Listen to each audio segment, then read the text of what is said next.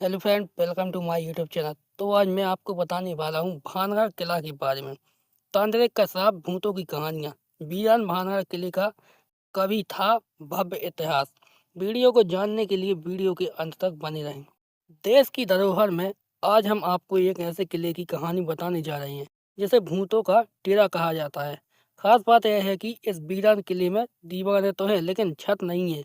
अंधेरे के बाद कोई यहाँ नहीं रुकता। कहते हैं कि राजस्थान के भानगढ़ किले में आत्माएं पर्यटकों से बात करने की कोशिश करती हैं।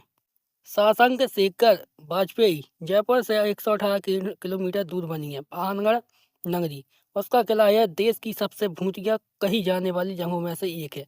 17वीं शताब्दी में इस किले का निर्माण आमेर के मुगल सेनापति मान सिंह के छोटे भाई राजा मधो सिंह ने कराया था, मगर अब यह जगह वीरान है। किले के परिसर में हवेलियां, मंदिर हैं और सुनसान बाजारों के अवशेष खंडर के रूप में खड़े हैं। शाम को सूर्यास्त के बाद कोई व्यक्ति यहाँ नहीं आता है। इसके बावजूद पर्यटक इस खूबसूरत किले को देखने के लिए पहुंचते हैं। किले की सबसे अजीब चीज जिसे देखकर आप हैरान हो जाएंगे वह है कि यहाँ बने किसी भी घर की छत नहीं है। घर का पूरा स्ट्रक्चर बना है लेकिन किसी भी की छत नहीं है। स्थानीय लोग बताते हैं कि घरों में छत इसलिए नहीं है क्योंकि जब भी बनाओ वह गिर जाती हैं। यहाँ का बच्चा बच्चा जानता है कि इस घर पर बालूनाथ का श्राप है। ओटीटी प्लेटफॉर्म डिज्नी प्लस पर रिलीज हुई शो एकांत के इतिहास में डॉक्टर रीमा आहूजा ने बात की। उन्होंने कहा है कि भानगढ़ के बारे में इतनी कहानियां हैं, इतनी किंवदंतियों के इतिहास कहाँ से शुरू होता है, कहाँ ख़त्म होता है, ये कहना आम लोगों के लिए मुश्किल है।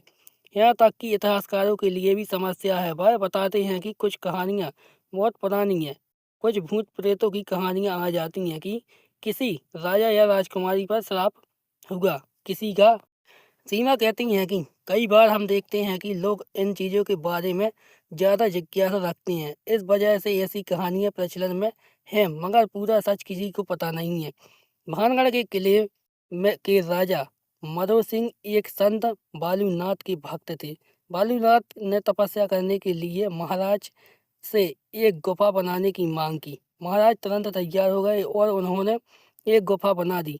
बालूनाथ उस गुफा में तपस्या करने चले गए, मगर दरबार के पुजारी महाराज और संत बालूनाथ के बीच रिश्ते को देखकर जलने लगे। दोनों को अलग करने के लिए पुजारियों ने एक योजना बनाई। उन्होंने एक बिल्ली को मारकर गुफा के अंदर फेंक दिया। 2-3 दिन के बाद जब बिल्ली के में शरीर से बदबू फैलने लगी तो पुजारियों ने राजा को जानकारी दी कि संत बालूनाथ का गुफा में निधन हो गया है। यह जानकारी मिलने के बाद महाराज मधु सिंह बहुत दुखी हुए। वह गुफा तक गए लेकिन बदबू की वजह से अंदर नहीं घुसे। उन्होंने गुफा को बंद करने का आदेश दिया। उधर जब संत बालूनाथ की तपस्या पूरी हो गई तो उन्होंने देखा कि उनके बाहर निकलने का रास्ता बंद करा दिया गया है। इसके बाद क्रोधित होकर संत बालूनाथ ने श्राप दे दिया कि भानगढ़ पूरी तरह तबाह हो जाएगा। इसके बाद क्या हुआ यह कोई नहीं जानता, लेकिन भानगढ़ पूरी तरह तबाह हो गया। घरों की छतें गिर गईं। स्थानीय लोग बताते हैं कि तब का दिन और आज का दिन है। यहाँ के घरों में जब भी कोई छत बनाओ तो वह गिर जाती है। जंगल में बनी है संत की समाधि। गलती का एहसास होने पर राजा ने संत की समाधि बनवाई। किले के पीछे जंगल में बालूनाथ की समाधि आज भी बनी है। इतिहासकार इस नाम के संत के होने की पुष्टि नहीं करते हैं। बालनाथ नाम के संत होने की बात इतिहासकार नहीं मानते हैं। हालांकि वो किस काल किस क्षेत्र में रहने वाले थे पता नहीं है। आ, अब जरा जान लेते हैं कि किले में वस्तु के बारे में। किले में मुख्य द्वार के अलावा Lahori gate, Ajmeri gate, Phulwari gate और दिल्ली गेट हैं। किले के मुख्य द्वार पर कई मंदिर हैं जिसमें से प्रमुख गोपीनाथ मंदिर, सोमेश्वर मंदिर, केशव राय मंदिर, मंगला देवी मंदिर और गणेश मंदिर हैं।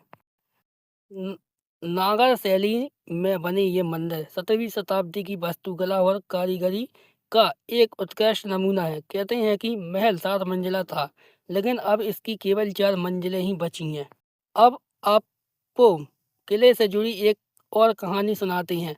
कहानी है राजकुमारी रत्नावती को की, जो यहाँ काफी प्रचलित है। कहते हैं कि रत्नावती इतनी सुंदर थी कि उनकी चर्चा पूरे राजपूताना में होती थी और हर राजकुमार उनकी सुंदरता पर मोहित था।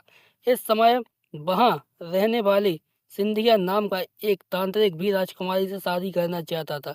उसने राजकुमारी को हासिल करने के लिए एक तेल बनाया जिसे छूने के बाद रत्नावती उस तांत्रिक के पास खिंची चली जा आती है। हालांकि यह बात राजकुमारी को पता चल गई, लिहाजा उसने तेल की शीशी को एक पत्थर पर फेंक दिया। कहते हैं कि इसके बाद वह पत्थर एक बड़ी शिला में बदल गया और सीधे तांत्रिक के ऊपर जा गिरी। मरने से पहले उस तांत्रिक ने भानगढ़ के तबाह होने और इसके परिसर में किसी के भी न रह पाने का श्राप दिया था। स्थानीय लोग बताते हैं कि इसके बाद एक तूफान आया और भानगढ़ पूरी तरह से तबाह हो गया। कुछ लोगों का कहना है कि मुगल सेना ने राज्य पर जोरदार हमला किया था। इस दौरान किले को काफी नुकसान हुआ और राजकुमारी रत्नावती सहित किले में मौजूद लोगों का कत्ल कर दिया गया। हालांकि इस बात का भी इतिहास में कोई उल्लेख नहीं मिलता है। किसी को नहीं पता कि राजकुमारी रत्नावती किसकी बेटी थी, किसकी पत्नी थी या किस समय की कहानी है। कुछ लोगों का दावा है कि इस किले से औरतों के चिल्लाने, चूड़ियां तोड़ने और रोने की आवाज़ें सुनाई देती हैं। वहीं कुछ लोग का कहना है कि किले की दीवार पर कान लगाने से आत्माओं की आवाज़ भी सुनाई देती हैं। कुछ लोगों का मानना है कि किले में घूमने के दौरान ऐसा लगता है जैसे कोई साया उनके पीछे कर रहा हो। बहरहाल अलवर की पहाड़ी पर बने इस किले में घूमने आने वाले की कोई कमी नहीं है। अगर आप भी इस बात को महसूस करना चाहते हैं या आपको लगता है कि मनगढ़ंत बातें हैं, तो इसका पता लगाने के लिए आपको भानगढ़ आना होगा। यह किला सेक सेक्चुरी से 50 किलोमीटर दूर जयपुर और अलवर के बीच में बना है। राजस्थान के बाहरी शहरों से बस स्टैंड या टैक्सी से अलवर पहुंचा जा सकता है। अगर आपको मेरा वीडियो अच्छा लगा हो तो वीडियो को लाइक कीजिए, चैनल को सब्सक्राइब कीजिए और वीडियो को ज़्यादा से ज़्यादा शेयर कीजिए।